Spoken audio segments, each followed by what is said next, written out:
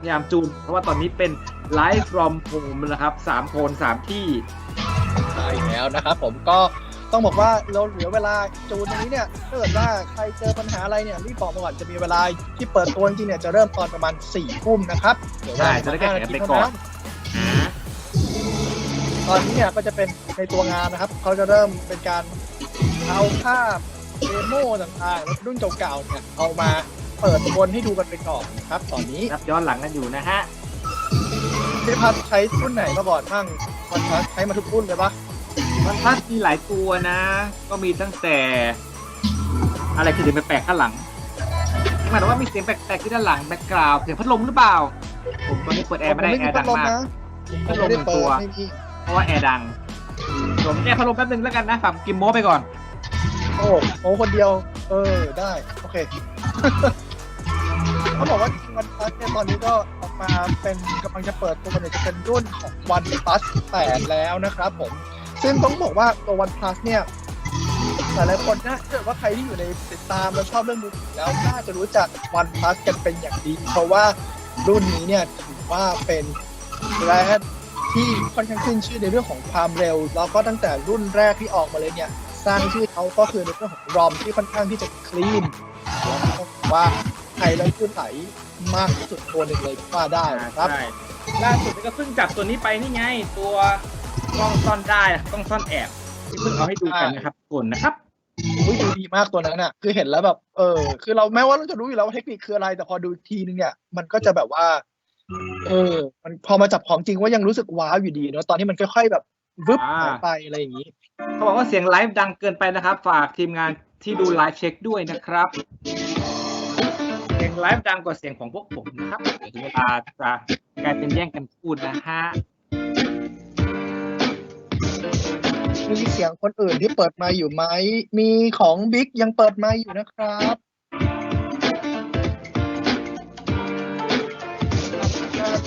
ฝากลดเสียงไลฟ์ด้วยนะครับ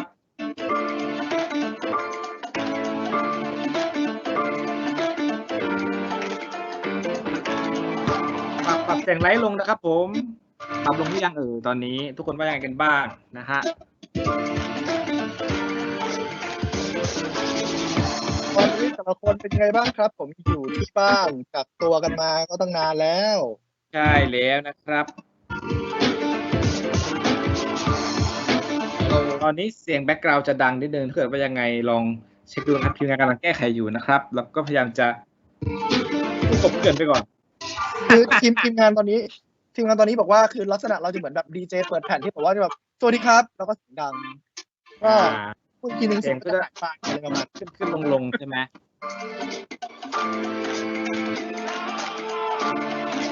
เสียงไลฟ์ลงไปเลยครับลงแบบลงอีก 10% ลงไปจนกว่า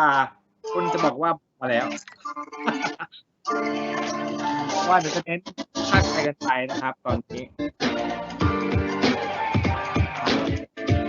เพื่อนๆที่บอกว่าดูไลฟ์อยู่แล้วบอกเสียงติดขัดจริงๆมันอาจจะไม่ใช่เสียงที่มันติดขัดนะฮะแต่ว่ามันจะเป็นภาพกับเสียงเวลามันมาแล้วเราพูดไปทีนึงเนี่ยเสียงก็จะแบบกลับไปทีนึงเสียงมาทีนึงในมันนั้นหรือเปล่านะ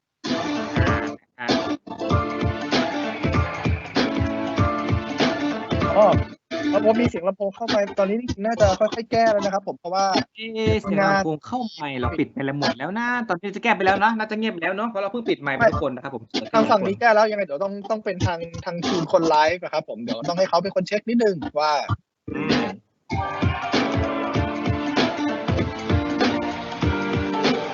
เสียงไลฟ์เขาบอกว่าเสียงเรากระตุกมากเลยอ่ะ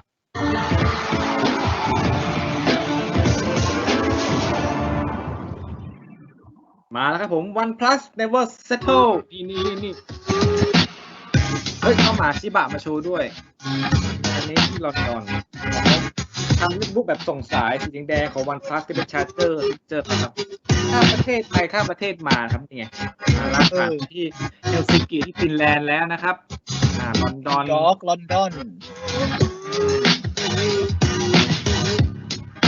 ก็เป็นเฮเกนที่เดนมาร์กหรือเดลีที่อินเดียนะครับผมพวกนี้คือที่ปารีส ก็ฝรั่งเศสนะครับได้เดินระบาดมาที่นิวยอร์กนะครับผมแล้วก็ถึงไทยไหมอ่ะเล่นบ้าง อยากเล่นบ้างอ่ะ เกมมาแล้วไปแล้ว เราอุตส่าห์มีด้วยอ่ะก็เล่นมาหลายตัวเหมือนกันนะที่ลอนดอนแล้วครับผมเพราะงานเปิดตัวรอบนี้เหมือนเป็นที่ลอนดอนหรือเปล่านะครับมานี่แหละนะ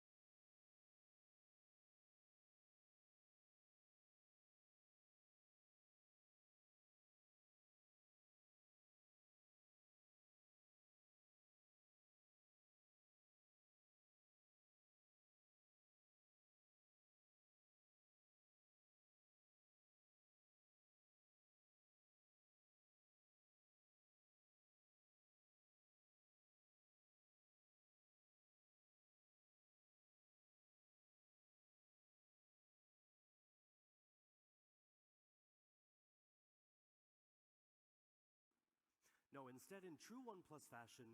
we're coming from multiple locations around the world, talking directly to you, watching us online from the safety and comfort of your homes. So let's get started. A lot has happened since we brought you the OnePlus 7 and 7T series last year.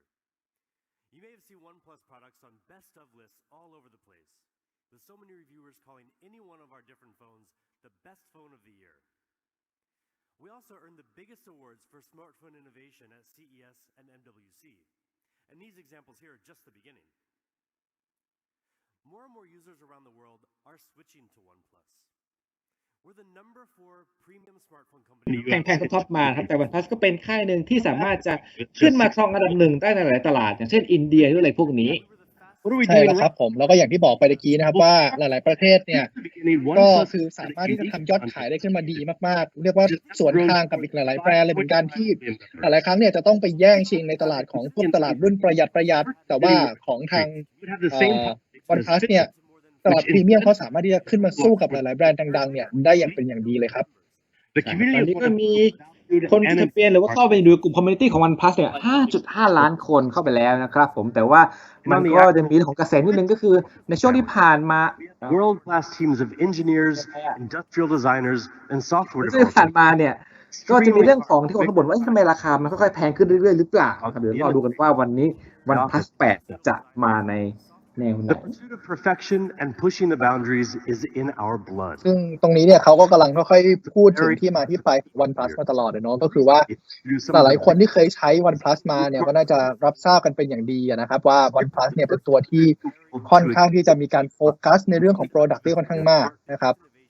ใช่ครับก็จะเป็นเรื่องของโปรดักต์ใหม่ๆคอนเซปต์ต่างๆทั้งไม่เป็นเรื่องของตัวหน้าจอ90 เฮิร์ตซ์ก็เป็นค่ายแรกที่นำมาใช้เหมือนกันนะครับผมแล้วก็จะมีตัวคอนเซปต์วันล่าสุดที่สามารถจะซ่อนกล้องไปได้นะครับด้วยระบบของกระจกเรียกว่ามีการยิงกระแสไฟเข้าไปแล้วก็ทำให้กระจกมัน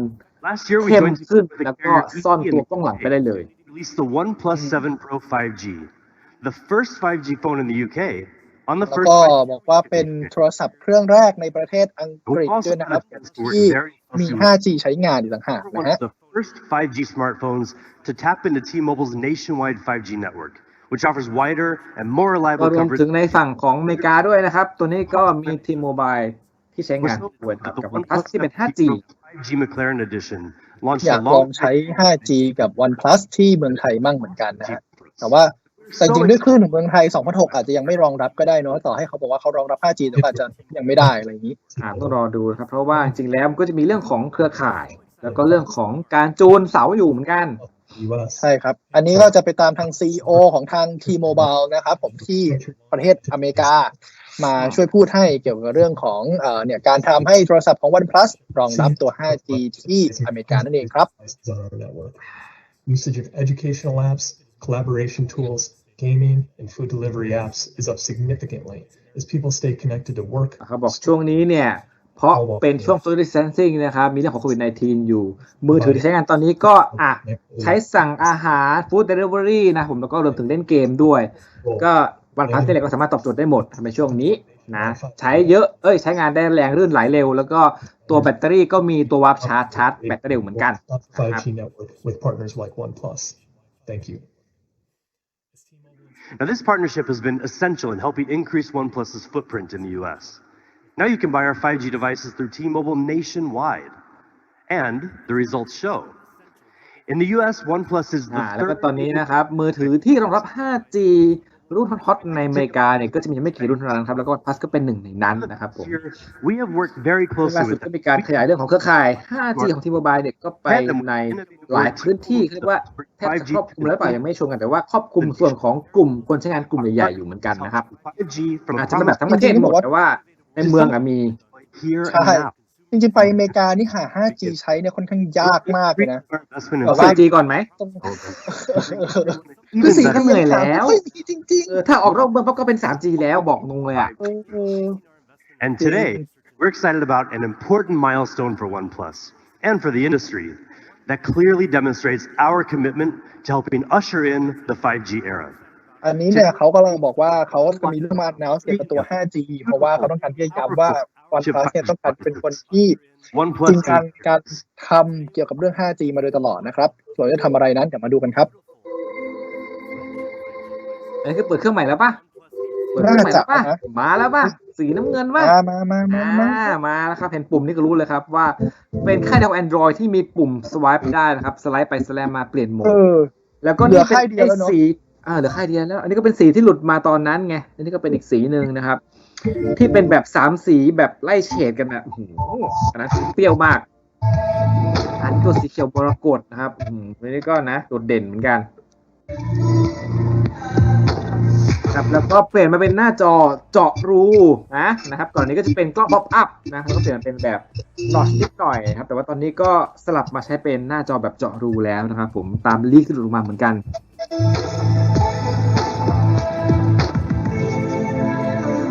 OnePlus 8 Series นะครับผมเขียวดำน้ำเงินแล้วก็อันนี้เป็นสีแบบ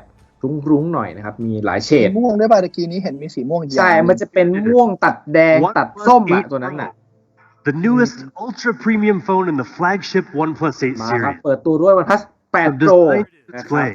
Lead Speed ครับเน้นความแรงเร็วเป็นอันดับ1 Most powerful product we've ever created. 1 นี่คือเป็น11เลยหรือเปล่าพี่พัด Real ก็ beauty. OnePlus เนี่ยก็เป็น1 Designed to emotionally connect with us. อย่างนี้นี่เอง อันนี้ไม่ได้รั่วนะครับกินกาแฟเยอะไปหน่อยวันนี้ทำงานเยอะ Look at, to point at, something tangible to fall in love with. The details of the คืออย่างหนึ่งที่ผมชอบ OnePlus มาตั้งแต่รุ่นแรกนะคือวัสดุที่เขาใช้ไอ้ฝาหลังเนี่ยมันมีเอกลักษณ์มากมาตั้งแต่รุ่นแรกเลยอ่ะแล้วคือรุ่นหลังๆมาก็ยังรู้สึกว่าเขาแม้ว่ามันออกมาเป็นโลหะเป็นกระจกอะไรพวกนี้มันก็ยังจับแล้วยังรู้สึกว่าเฮ้ย OnePlus มันไม่เหมือนคนอื่นเขายังจำรุ่นแรกได้อยู่ที่มันขัดทรายโอ้โหชอบมาก ก็บอกว่าวัสดุด้านหลังก็จะเป็น color material แล้วก็ finish นะครับคือต้องเก็บงานอย่างดีนะครับเพื่อให้ quality แล้วก็วัสดุออกมาดีที่สุดนะครับสไตล์ของ OnePlus Series It comes แล้วก็อันนี้เขาก็จะบอกเลยว่าเนี่ยมันมีทั้งหมดถึง3เลเยอร์นะครับผมว่าที่มันสามารถทำให้มันออกกลายเป็น but the matte ฉากหลัง frost ที่สวย glass งามแบบ option นี้นะครับ really แล้วก็วัสดุแบบแมตต์ฟรอสครับก็ทำให้มีความเงางาม แต่ก็จะไม่เกิดคราบร้ายมือเวลาเราไปแตะสัมผัสครับเรียกว่าต่างจากแบบฟลอสซี่นั่นเอง That's the feeling we want to bring back. กระจกฝ้ากระจกฝ้า Increase the haze level in the glass finish to the คือมันก็ highest ยังดู แล้วพ่นทรายใส่แล้วก็ได้กระจกฝ้า OnePlus มา 8 Pro is คือมันก็ silky ยังดูสวยอยู่มันยังดู ใช่ แวววับ ส อยู่ วยๆ แต่ ช ว่า อบ ที่สำคัญ ผมชอบฟีลลิ่งมากกว่าไอ้พวกแบบมันๆอีกอ่ะ options for you. เออ Ultramarine blue and ชื่อ onyx สีอัลตร้ามารีนบลูนะครับสีน้ำเงินแล้วก็โอนิกซ์แบล็กเป็นสีดำนะครับ อ๋อมันไม่ใช่สีม่วงนะมันเป็นสีน้ำเงินอัลต้ามารีนบลู glacial green. แล้วก็เกลียเซียล Glacial กรีนนะครับ อันนี้เป็นสีเขียว So น้ำ different แข็ง than you see it in ทั่ว real โลก life. วะเกลียเซียลคือแบบ So fresh. It's one of those colors where you may think, I'm probably more of a black or blue kind of person. I could never have such a bold เขียว color. มันเป็นเขียวแบบไอ้ Then you see it, เก and ร you เชอ suddenly ร์ว่าแบบไอ้พวกน้ำแข็งอย่างนั้นนะ ใช่ผมเป็นทั่วโลกประมาณนั้นนะครับแล้วก็จากดูจาก silky matte โล frosted โก้ด้านหลังนี่เขาเปลี่ยน OnePlus เป็นแบบตัวใหญ่วางขวางอยู่ข้างล่างเลยนะ full front facing อ่ะ camera. เรื่องกล้องหน้ากันบ้างครับ จอแบบจอรูตัวนี้ ขนาดกล้องเล็กมากๆ 3.8 มิลลิเมตรเท่านั้นเองนะครับ คือขนาดตัวเล็ก You'll notice it's there. เพราะว่าคนบอกว่าจอพันโชหรือว่าจอจอรูแบบส่วนมากก่อนหน้านี้เห็นว่าแบบโหรูกล้องใหญ่เบ้อเริ่มเลย 5 มิล 6 มิลอะไรเงี้ยแต่ว่าเหลือแค่ 3.8 มิลเท่านั้น The OnePlus ก็ 8 เรียก Pro ว่าเป็นการกินพื้นที่ของตัวโนติ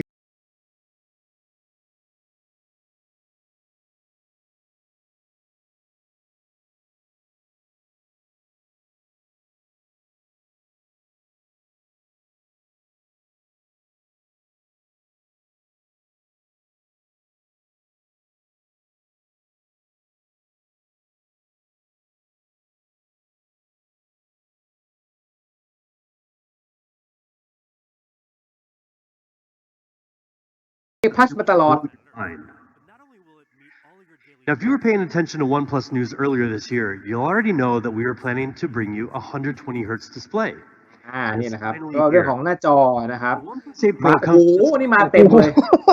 มารวดเดียว อ่านทันไหมเนี่ย 6.8 AMOLED นะครับ QHD Plus 120 Hz refresh rate Touch Sampling 240ครับความสว่างสูงสุดคือ 1,300 นิตพิมพ์ต่อ เฮ้ยอันนี้เอาง่ายๆคือเท่าที่ดูเลยนะดูแบบผ่านๆเลย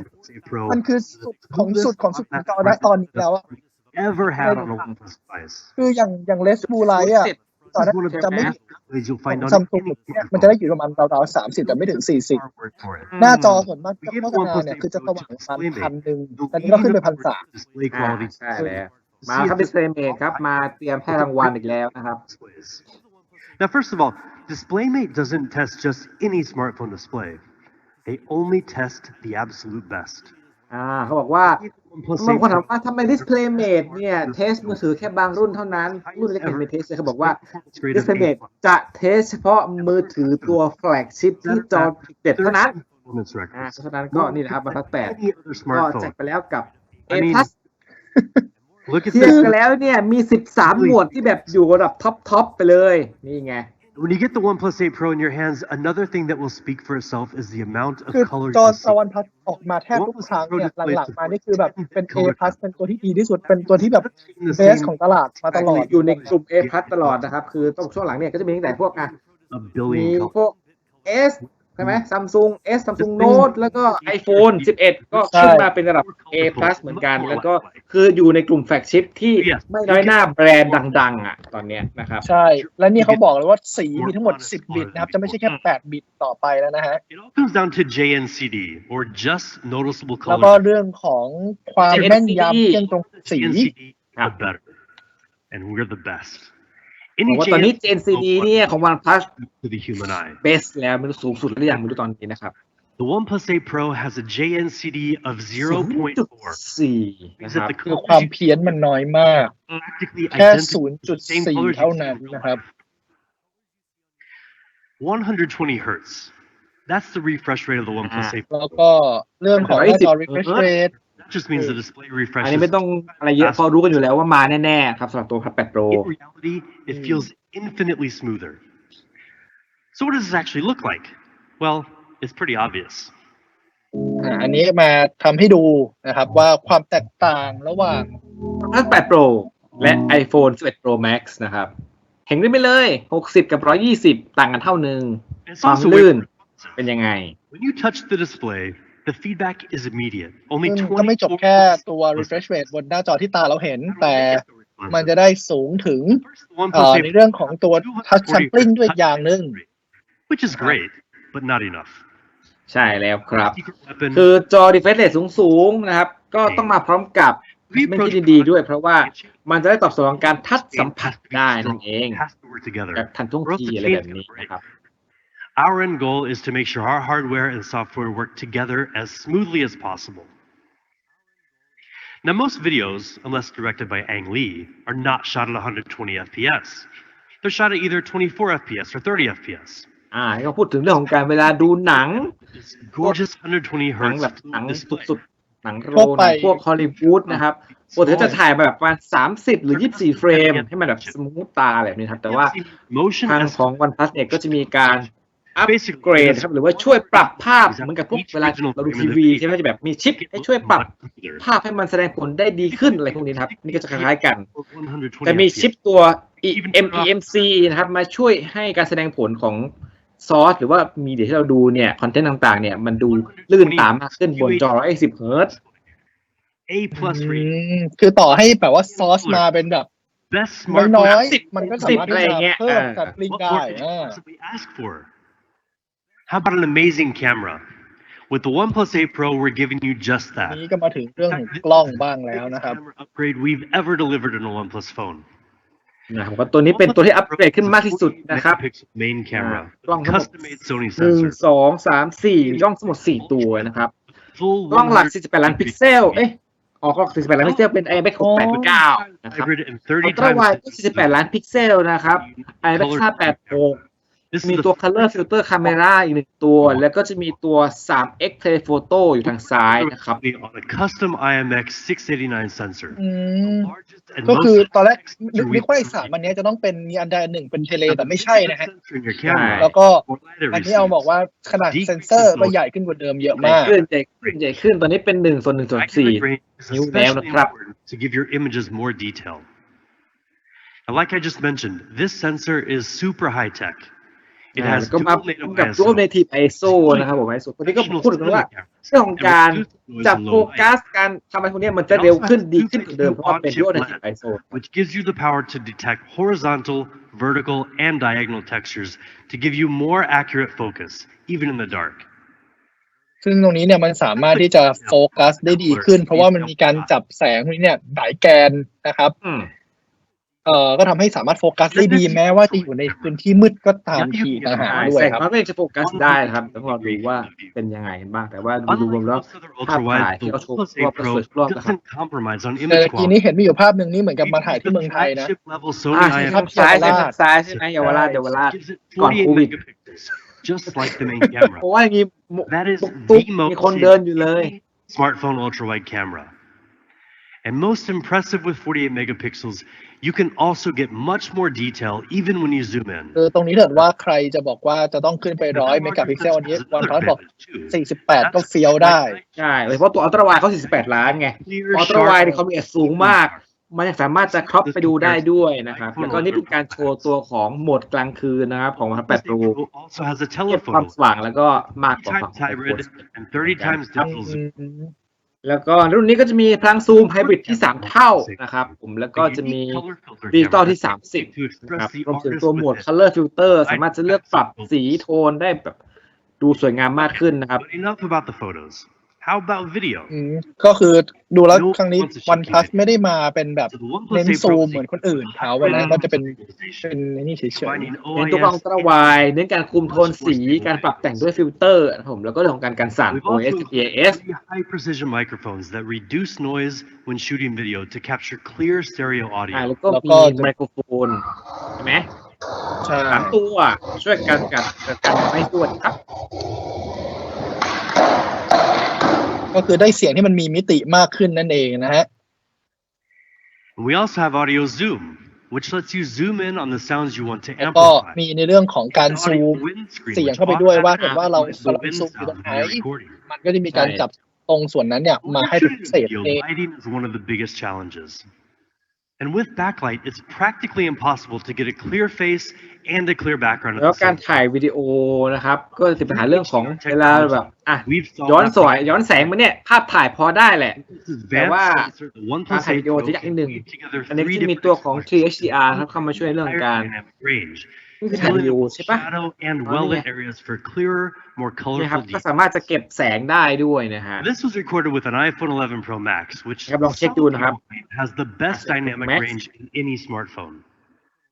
And this is from the OnePlus 8 Pro. We'll let you be the ไม่ judge. เขาบอกว่า คือจริ ของ งเราคือ เก็บได้ คือที่ กว้าง เคยล ขึ้ อน งเล่นของ iPhone 11 Pro Max คือมันก็ดีแล้วนะ The OnePlus มา 8 เจอแล้วบอกว่าอย่างนี้ของ OnePlus 8 Pro นี่คือถ้าได้อย่างนี้น่าลองเลย ultra-wide camera with flagship image quality. นี่ครับนี่ก็เป็น Dynamic ชุด video กล้อง powered นะครับ with 3 HDR for even the most difficult lighting ก็จะมี conditions. ตัว 48 ล้านกับ This is a 48ล้านกล้ camera องวาย system นะครับ designed to open up your world a แล้ว little ก็ wider. สามารถที่จะถ่ายวิดีโอได้เป็นแบบ 3HDR Technology นะครับ ก็คือต่อให้ย้อนแสงยังไงก็ยังเอาอยู่นะครับ And now let's dig into the rest of the specs. แล้ว The ก็ OnePlus มา 8 ไล่กัน Pro ต่อ is กับ powered by the ชิปเซ็ต Snapdragon 865 mobile platform. It comes with up to 12 Snapdragon gigabytes of 65 นะครับ แล้วก็อัด RAM มาเต็มที่ 12 กิกะไบต์นะครับเป็น DDR5 previous แล้วก็ generation. จะเป็น USB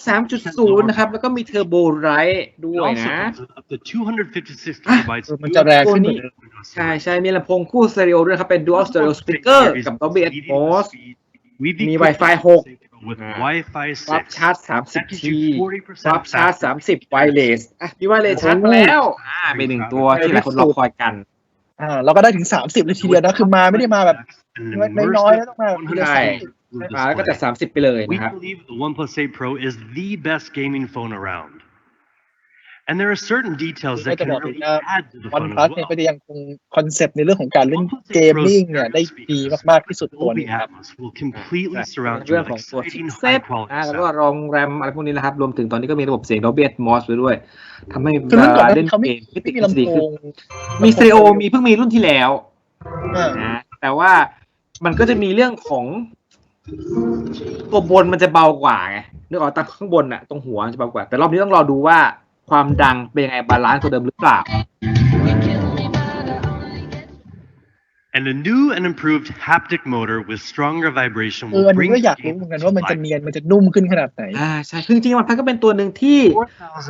เวลา 4,500 แต่หน้าจอแล้วระบบสั่นมันเนียนมือแล้วก็ OnePlus 8 Pro battery. ใช่ไหม เอเลยอ่ะ คือ มันมีผล ย่อที่เป็นเดอร์โทงยังทำไม่ได้เลยไง Ever. 10% bigger than the OnePlus 7T Pro. แล้วนี่เป็นเรื่องของแบตนะครับ แบตจะให้มาอยู่ที่ 4,510 มิลลิแอมป์นะครับ ก็ไม่น้อยเลยนะครับ ถ้าถามว่าในปริมาณแล้ว Very happy to know that we're finally giving you another way to charge your phone.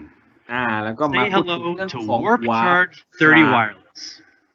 ที่เป็น wireless It took us some time, but Ah, we're right side, finally right side. here thanks to two major technological innovations. ซึ่งก่อนหน้านี้จริงๆคือก็เคยมีคนไปถามตั้งแต่รุ่นที่แล้วว่าทำไมของ OnePlus ไม่ยอมใส่มาสักที เหตุผลที่เขาบอกอย่างหนึ่งเนี่ย Is ก็ our คือพูด Warp ว่า wireless มัน direct เป็นเพราะว่าไอ charging ตัว wireless เนี่ยมันชาร์จไปมันก็ช้ามันไม่ค่อยทันใจไม่ค่อยน่าใส่เท่าไหร่ wireless charging dock and your phone. พอมาเป็นรุ่นนี้ก็เลยจัดการว่าจะได้ไม่ต้องบ่นกัน It's ชา of ร์จที course reverse charge. ยัดกันไปเลยทีเดียว You can use the OnePlus 8 Pro to charge some of your accessories. แล้วก็มีวิดีโอไวเลสชาร์จด้วยนะ It's really fast. สามารถชาร์จกลับให้อุปกรณ์ต่างๆได้ด้วย But again, don't just take our word for it. See for yourself. บอกว่าเดี๋ยวเราฟังระเบิดเดียวไม่รู้ต้องลองดูของจริงว่าเวลาชาร์จแล้วจะเป็นยังไงนะครับผม อันนี้คือเขามาเทสให้ดู ใช้ไวเลสชาร์จหมดเลย เขาเป็นไวเลสชาร์จหมดเลย ใช่ทั้ง3รุ่นเอาแบบสูงสุดมาแหละแล้วก็ลองชาร์จกันดูนะครับว่าเป็นยังไงครับมาแล้วครับมัน50% แล้วโอ้โหนี่โอเคนี่โอเค เมื่อกี้ผมดูไม่ทันมันกี่นาทีนะ10 หรอ 15 ป่ะ 15 นาทีป่ะเฮ้ย Co-created เดี๋ยว with ไปเป้า that เฮ้ย lightweight, seamless software แรงมาก experience. A smooth operating system like Oxygen OS lets you breathe. แล้วก็มี Oxygen OS นะครับเวอร์ชันใหม่ล่าสุดมาแนะนำกัน Internally, we push ourselves to take smoothness to the อ๋อ next level. 30 That's exactly what we've done เมื่อ with กี้มัวแต่ OnePlus. มองหายว่า เครื่องไหนเป็นรุ่นไหนหน้าตามันดูคล้ายๆกัน to make navigation เราปิดจอแล้วมืดเหมือนกันหมดเลยไง more fluid than ever. 30 นาทีได้ 50% ผ่านไวเลสนะครับ We know a ฝั่ง lot of ของ our Samsung ได้ users 30 dark Apple speed, ได้ 10 กว่าฮะ super เกือบ less 20 battery, and ไม่ is very เนี่ย easy on the eyes. ประมาณ So 21ยิ่งถ้าจะไม่ผิด And we're introducing new dynamic wallpapers that change with the weather. แล้วก็มี Dynamic Wallpaper นะครับในตัว ColorOS OxygenOS เวอร์ชันใหม่นะ Dynamic Wallpaper ก็จะขยับเคลื่อนไหวตามสภาพ One of อา the กาศ newest features you may เว be ลา familiar with already is live caption, which provides video and audio captions in real time. อันนี้เป็นฟีเจอร์ของ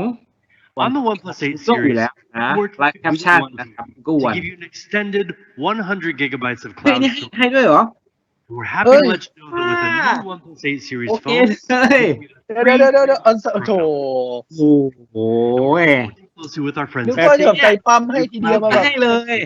อืม Stadia gameplay will be available on the new OnePlus 8 โอเคครับ series. Google So users can พลัส enjoy จั a บมือกับ selection ทั้ง of Google แล้วก็ blockbuster Stadia นะครับคือ Doom ไม่ใช่ Eternal, พัด8ช่องแรกก็จะได้ใช้ also enabling Google Stadia gameplay on a selection of other ทุก OnePlus วันใช่ไหม devices. ร้อย So กิ stay ก tuned to our 3 official เดือน channels for more details. ก็สามารถจะ access นะครับลองเล่น The เก OnePlus ม 8 series ไลน์ของ will also Stadia be ได้ด้วยแต่ว่า Amazon Alexa ready. โซนของอเมริกา That gives you เริ่ม another เปิดใช้ choice งาน for your แล้ว voice นะ service. If you choose Alexa, just ทั้งหมด download ครับ the app. เอารักหมดทุกค่าย List รัก music, ทั้ง Google รักทั้ง make Amazon phone calls, and more. Alexa ก็คุยได้ Really, we do want to thank the Amazon team for working with us to make this a possibility for all of our community worldwide.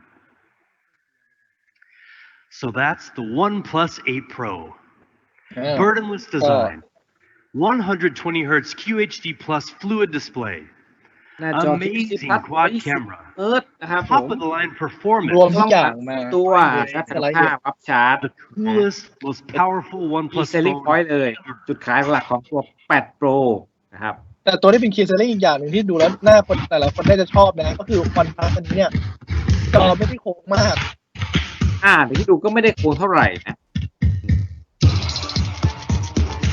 ไอ้หน้าตานี่ค่อนข้างจะคล้ายกับตัวเดิมนิดนึงนะ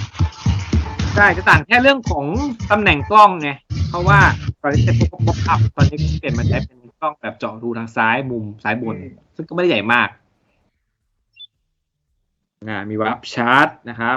ไวเลส30 วัตต์ด้วย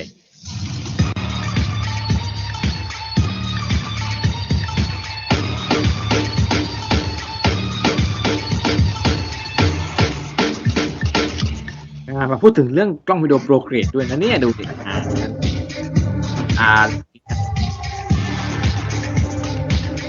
นี่เป็นสีนะครับอย่างที่เห็นในตอนต้นแล้วก็เปิดตัวกันมานะ There's no doubt that the OnePlus 8 is a true powerhouse. But that's not all we have to show you today. I'm excited to introduce you to the counterpart of the OnePlus 8 Pro, the pure OnePlus 8. ตัวนี้จะเป็นตัวน้องนะครับ OnePlus 8 ครับซีรีส์หลัก Vibrant, smooth display. ถ้าเกิดว่าตัวนั้นน่าจะแพงขึ้นไปจัดๆถ้าเกิดว่าตัวนั้นน่าจะแพงเกินไปสำหรับบางคนน่าจะมีตัวลดลงมาหน่อยนึง Pretty much like แต่ a ว่า dream. ก็ยังคง And ได้ many ส of you เปค must ที่ be แบบ thinking the แรง exact same thing. เป็นเรื่องทรงเดิมนะถ้าเป็น5เลยนะครับแต่ว่าจะปรับเรื่องของสเปคกล้อง Now you have it. ดีไซน์หน้าจอนิดหน่อยแล้วกันลองดูว่าจะเป็นยังไงนะครับ Let's first talk about design, something we take a lot of pride in. ตัวนี้ก็เห็นว่าขนาดจอจะเล็กลงมาหน่อยนะครับตัวนั้นอาจจะแบบ0.7มันน่าจะมา We're ถึง constantly looking for 0.5 ways นะครับ to optimize our software to be as fast and responsive as possible. We also engineer our hardware with refinements that are so minute, you may not even notice them unless you know what to look for. This is what we call burdenless design, meaning that with every choice we make, we จ ask ริงๆมันก็เหมือนกับตัวโปรนะเพราะเห็นจริงๆเขาก็ใช้คำว่าเป็นเบอร์เดนตลอดดีไซน์แต่คือ คือดีไซน์ทุกเครื่องจะคล้ายกันเพราะว่าใช้ทรงเดียวกันอยู่ That's what we're doing with the OnePlus 8. ขนาดนิดหน่อยนั่นแหละ Bringing you the very best of OnePlus design, distilled into a beautiful, smaller form factor. And for years, we've heard a lot of people in the community asking for a more compact OnePlus phone. ทุกคนบอกว่าอยากได้มือถือที่ไซส์แบบเล็กลงถือได้ง่ายขึ้นใช่ไหมคอมแพคหน่อยนะครับ ก็ใช้มือเดียวได้ ฝั่งยุโรปฝั่งอเมริกันเนี่ยเขายังชอบเครื่องที่ไม่ใหญ่มากนักอยู่นะครับก็เห็นว่าฝั่งเอเชียเนี่ยไอ้พวกจอใหญ่ๆ Pro Max ขายดีถูกไหม S20 Ultra อะไรเงี้ยแต่ว่าฝั่งนู้นจะเป็นแบบ11 Pro ก็พอแล้วหรือว่าเป็นพวก S20 S10 Plus แบบไม่ต้องใหญ่มากอะไรอย่างนี้นะครับ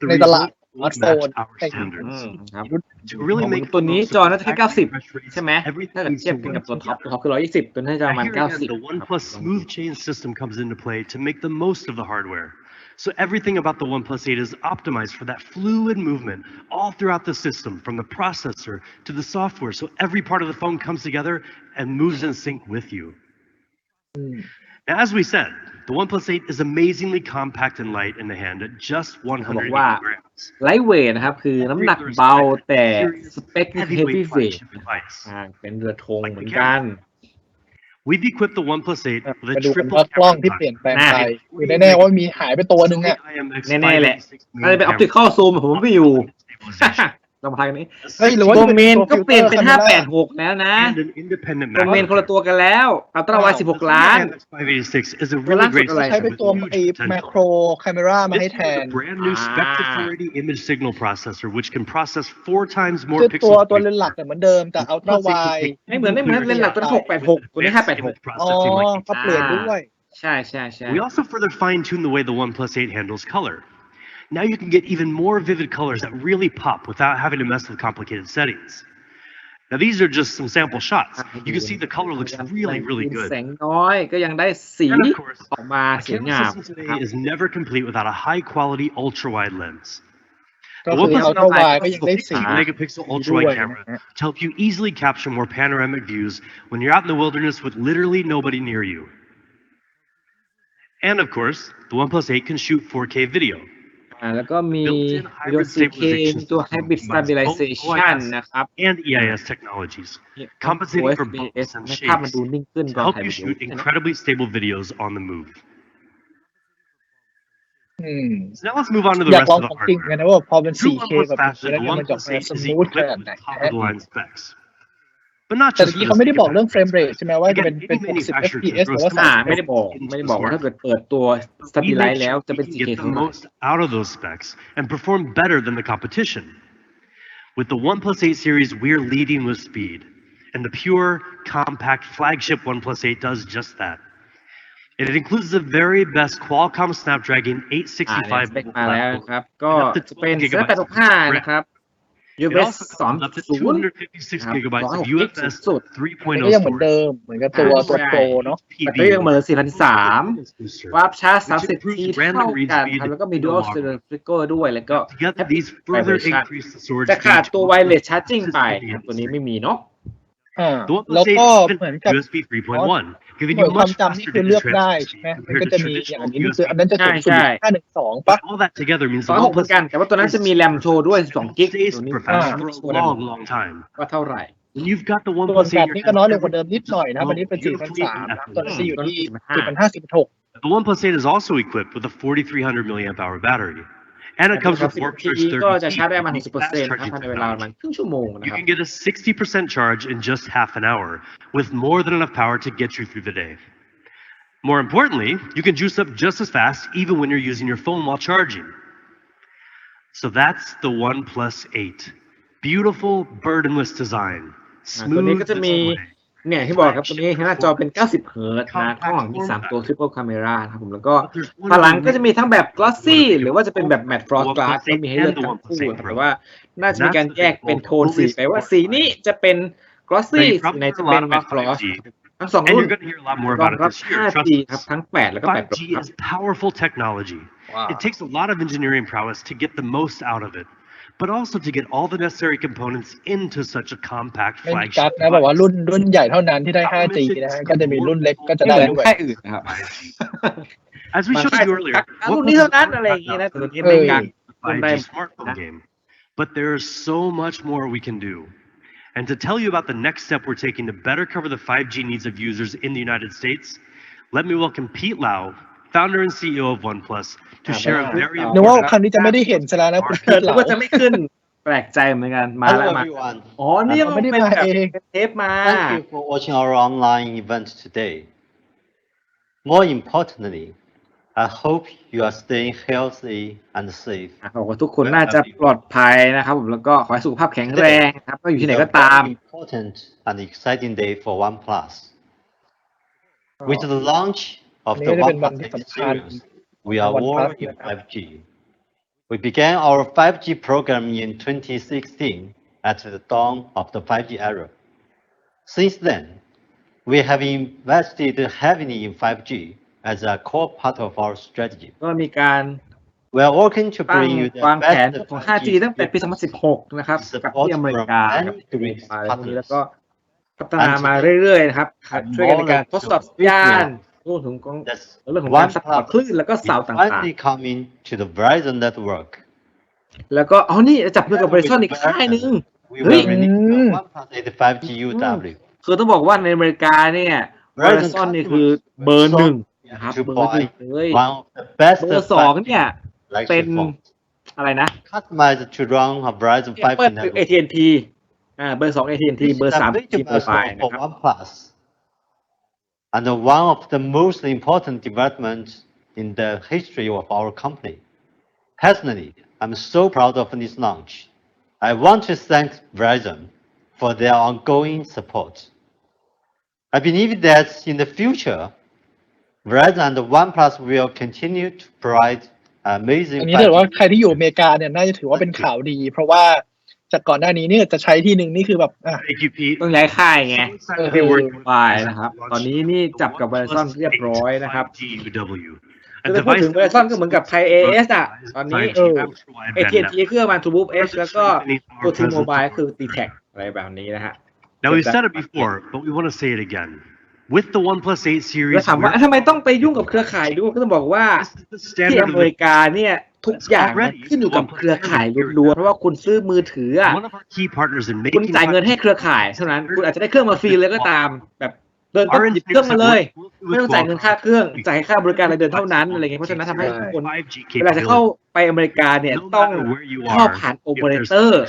เหมือนที่ผมเลยจะเข้าแล้วโดน We asked our good friend ทำขัดออก Cristiano มา Ronaldo, the president of ก็แบบพลาด Qualcomm, เลยเหมือนกัน share นะค a รับ few words on the work we've done together คือ and what it ไปขายมือถือที่อเมริกาเนี่ยคือมันจะไม่ได้มีเป็นตราตู้เหมือนที่เมืองไทยนะทำอย่างนั้นไม่ เครื่ ได้ เปล่าไม่มีคนซื้ออ่ะ ทางเครือข่ายเนี่ยคนซื้อง่ายขายคล่องเปลี่ยนเครื่องได้เรื่อยๆเพราะว่าเขามีโปรโมชั่นให้ตลอด Miss the สนับสนุน opportunity ไปอะไรอย่างเงี้ย and the จริงๆก็ค่อน amazing ข้างเหมือนของ AS นะตอนนี้เหมือนกันนะคือแบบจ่ายค่าบริการแพง We value our strong AS D-Tech ทั่วเหมือนกันหมดอะตอนนี้ที่เขาทำ ใช่ใช่ applaud your perseverance during this extraordinary time. We're extremely excited about the new OnePlus 8 series smartphones, which are powered by our premium Qualcomm Snapdragon 865 mobile platform. ตอนนี้เป็นคนข Combining อ the ข้อมนะ OnePlus 8 series พู with ดชื่อความ Qualcomm ชัด 8 ขนาดนี้แล้วก็ series, ชื่อชิปชัดมาก of ไม่ชัวร์ course, we will make เจอ incredible เขารอบตอนที่ไปฮาวายด้วยไง Snapdragon 865 is the ทุกวันเลยอะ most advanced 5G platform and Cristiano delivers Ronaldo industry-leading features, including our X55 5G modem to RF system that supports both millimeter wave and sub-6 spectrum bands for multi-gigabit speeds while delivering superior 5G โมเด็ม coverage. X5 รองรับทุกคลื่นเลย And along with the แต่ world's จริงๆอยาก best รู้อันที่เขาบอกอะเขาบอกว่ามัน gigapixel รับ camera ได้ทั้ง experience, 5G ธรรม OnePlus ดา is กับ leveraging 6 กับ millimeter wave ด้วย ถูกต้อง คือมันถ้าพูดถึงเมืองไทยอย่างเงี้ยเราให้เห็นภาพหน่อยคือมันรับทั้งคลื่น 2,600 คลื่น 2,500 แล้วก็คลื่น 26 กิกะเฮิรตซ์ด้วย จริงๆรับได้แต่ว่ามันมีเรื่องของ OnePlus 8 series lineup คือชิปกับโมเด็มมารับ แต่ถ้าเกิดจะให้มือถือรับด้วยเนี่ยต้องมีเสาของมิลลิมิเตอร์เวฟอยู่ในเครื่องซึ่งตอนนี้ในตลาดยังไม่มีรุ่นไหนเลยที่เอาเสามิลลิเมตรไปใส่ มีของโซนี่ตัวหนึ่งป่ะโซนี่ มีโซนี่ตัวเดียวตัว Xperia Pro ที่เอาเสามิลลิเมตรไปใส่ Our relationship has deepened as we ถ้ารุ่น began ก่อนที่แบบขาย collaborating ตลา to ดมาวางขายกันหมด celebrate แล้ว 5G innovation. And if OnePlus, we have a partner that shares คือมัน the เหมือน same กับว่ามันต้องเลือกด้วยซ้ำไปคือมันไม่สามารถที่จะใส่ทั้งมิลลิมิเตอร์เวฟใส่ทั้ง ได้ 6 แต่เสามิลลิเมตรเวฟเนี่ย Congratulations again to Pete and the entire OnePlus team on the launch of exciting new 8 series smartphones. And thank you for being such an incredible partner. ย้อนกลับไปดูตอนที่ผม Can't ไป wait งาน to เขา see what we accomplished together in the 5G era. ต้องใส่เยอะแค่ไหนในเครื่องอ่ะถึงจะแบบสัญญาณดีๆอะไรอย่างเงี้ย โอเค แล้วนั่นก็จะเป็นเราพูดแทนขอความไปให้แล้วนะฮะ ครับคือเรื่องเดิมไง We'll continue to เรา be ก็จะพูดถึงเรื่องไอ้ปัจจุบันที่ไฮโดรค่าทุกคนใช้กันหมดแล้วโมเด็มก็มาแล้วโอ้ตอนนี้ก็ทั้ง2ตัว what I know you're all waiting for. ถ้า FX2 Pro ก็ Snapdragon 5G กัน First, we're really pumped to show you our newest wireless earphones, the Bullets Wireless C. ชิ้นที่3ครับหูฟัง Bullets Wireless C นะครับจริงๆต้องบอกหูฟังของ Blue ของ OnePlus เนี่ยคือไม่เบาเลยนะแต่ละอย่างอันนี้คือแบบเจ๋งใช้ได้นะเสียงดีฟังง่ายนะครับแล้วก็มิติก็ค่อนใช้ได้เหมือนกันแถมดีไซน์ก็โอเคครับเสียบแตะกันปุ๊บดับการออกเปิดนะครับของ Bullet ของไอ้ที่เป็นจุดเด่นของเขาเนี่ยคือเขาจะเป็นแบบเป็นที่ห้อยคอนิดนึง แบนให้คอมาก็มีตัวล็อกเป็นแม่เหล็กปุ๊บ ซึ่งจริงๆเนี่ยส่วนตัว ทัดไปได้ด้วยนะครับก็ชูว่าแป๊บเดียวก็ใช้ต่อได้แล้วใครว่าต้องชาร์จยาวๆนี่ใส่ชาร์จก็มีว่า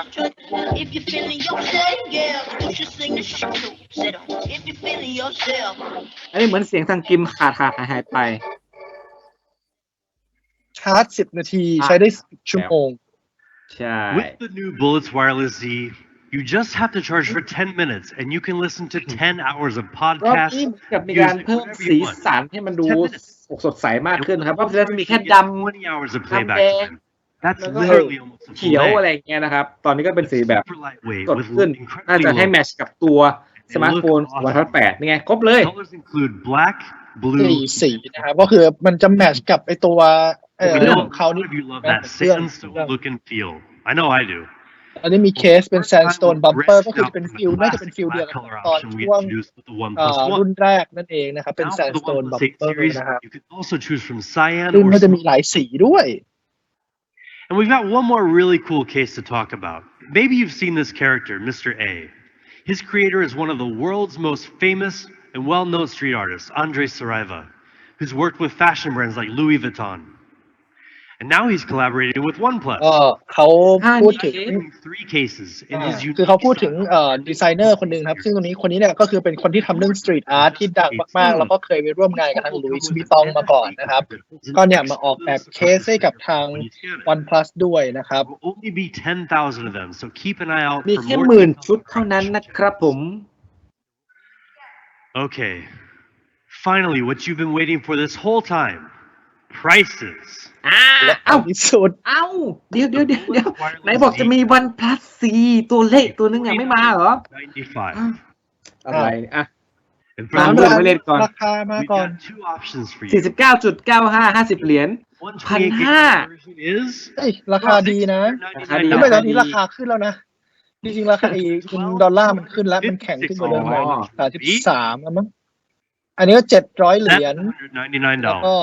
$799. กับ800 เหรียญกับ And for the 800 เหรียญ OnePlus 8 Pro, we also have two options. ก็ 18,000 กับ 20,000 นิดๆนะฮะOnePlus 8 $899. ส่วน8 Pro เนี่ยขึ้นมา900 เหรียญเลย 899 Top spec, กับ top 999 แน่ 12 256 gigabyte version will be โอ้1099 $999.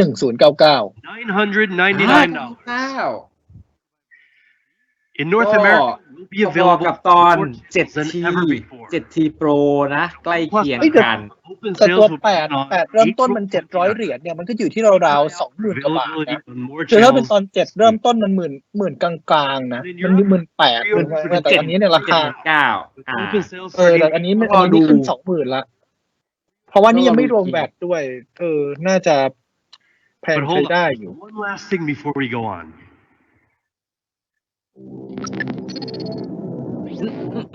ก็แบบอันนี้จะเป็นเกมหรือเปล่านะครับเพราะว่าทุกครั้งในวันพัชชอบมีมุกอะไรมานี้หรือเปล่า The gatekeeper sits in his vault, guarded by 4 gates, each consisting of a multitude of security layers. We need to crack them อัน one นี้ by จะเป็นเกมให้เล่นแล้วนะครับผมแล้วก็น่าจะมีลุ้นได้รับเครื่องวันพัชไปหรือเปล่านะครับต้องรอดู crack the code. Defeat the gatekeeper. Only the fastest will be able to slip through the gates before they shut forever. เนี่ยมาแล้วนะครับผมถ้าเล่นเกมชนะจะได้ตังค์10,000 เหรียญแล้วก็จะได้ตังค์บริจาคอีก 10,000 เหรียญนะครับแต่น่าจะเป็นแนวของโปรแกรมเมอร์หลักๆเลยดูจาก Crackables is back by popular Crackables demand. The crypto puzzle game that over 500,000 of you played before. Crackables 2.0 starts today with a grand finale that will be live streamed on May 7th. And one of you will stand a chance to win $10,000. บอกว่าวันที่7นะครับจะมีไลฟ์นะครับแล้วก็ให้เข้าไปเล่นเกมแข่งกันคือ Crackable Tour 2.0 นะครับ มันจะเป็นแกรนด์ฟินาเล่ไม่แน่ใจว่าแบบว่ามันจะมีเป็นหลายๆด่านแล้วก็ไปจบวันที่7 พฤษภาหรือเปล่า Thank you so much for tuning in today. Now we know this is a challenging time for many of you, as it has been for many of us as well. But we hope that you'll be as pleased with the OnePlus 8 series as we are. So thank you and remember, never settle. น่าจะปิดงานนะครับผมสำหรับการเปิดตัว OnePlus 8 Series นะครับผมหลังจากที่โดนเลื่อนมาหลายรอบนะครับรอบนี้ก็ถือมีความน่าสนใจเหมือนกันในเรื่องของสเปคดีไซน์นะครับแล้วก็เรื่องของกล้องเขาอัดจัดเต็มมากๆก็แล้วก็ตัวหูฟังเบอร์เลซีนะครับก็ต้องรอลุ้นว่าในไทยจะเข้ามาขายกันเมื่อไหร่เรื่องของราคาก็แอบสูงขึ้นนิดนึงเหมือนกันต้องรอดูว่าตอนนี้เงินไทยมันอ่อนด้วยใช่ไหมแล้วไม่รู้จะออกมา ไม่ต้องบอกว่าดอลลาร์แข็งเงินไทยไม่ได้อ่อนเท่าไหร่เพราะว่าถ้าเทียบกับสกุลอื่นเนี่ยมันยังไม่ได้โหดร้ายมากแต่ว่าสกุลเงินของอเมริกาขึ้นไปเยอะพอสมควรครับผมได้ก็วันนี้ครับสำหรับไลฟ์วันนี้นะครับก็ถ้าเกิดว่าใครชอบหรืออยากได้รุ่นไหนลองทายราคากันมารวมถึงคอมเมนต์มาได้ครับด้านล่างว่าเฮ้ยอยากได้ตัว OnePlus 8 หรือ 8 Pro มากกว่ากันนะครับผมแล้วก็เดี๋ยวยังไงเราจะมีวิดีโอ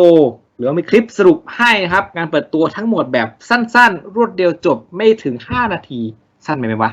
10 นาทีแล้วกันไม่เกิน10 นาทีเดี๋ยวจัดให้ตอนเช้าๆนะครับเดี๋ยวมาดูกันได้แน่นอนเผื่อใครแบบอาจจะไม่ว่างหรือไม่สะดวกดูอาจจะแบบ4 ทุ่มแล้วไม่ถึงบ้านรีบขับรถกลับก่อนอะไรอย่างงี้นะครับก็เดี๋ยวจะมาสรุปคลิปให้แล้วกันนะครับครับผมก็สำหรับไลฟ์ครั้งนี้ก็ขอตัวกันไปแค่นี้ก่อนแล้วกันนะครับยังไงก็เดี๋ยวเจอกันครั้งหน้าหยุดชาติอยู่เบื่ออยู่ชาติหยุดอะไรนะอยู่บ้านอยู่เชื้อเพื่อชาติกันครับวันนี้ลาไปก่อนแล้วสวัสดีครับ